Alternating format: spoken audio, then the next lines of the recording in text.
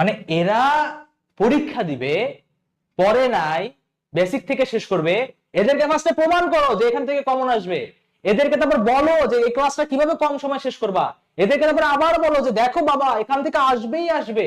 মানে এদেরকে প্রতিনিয়ত মনে করাও, পরীক্ষা তোর, বাট মনে করাবো আমি যে এখান থেকেই সব আসবে, এখান থেকেই সব পড়তে হবে, এখান থেকে সবকিছু ক্লিয়ার করা। মানে এটা কিন্তু ননসেন্স টাইপের কথাবার্তা হয়ে গেল না?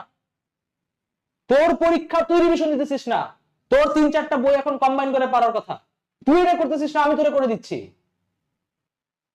প্রতিটা ভার্সিটি, একটা ভার্সিটির কোশ্চেন ব্যাংক যদি দেখিস এক একটা 500 থেকে 600 পেজ, প্রায় 9 থেকে 10টা ভার্সিটি আছে, প্রায় 10,000 এর বেশি তো পেজই আছে। সেখানে আমি আপনাকে সবকিছু সামারাইজ করে আমার যতটুকু বুদ্ধি আছে, যতটুকু এক্সপিরিয়েন্স আছে, সবকিছু আপনাকে আমি ইজি করে দিচ্ছি।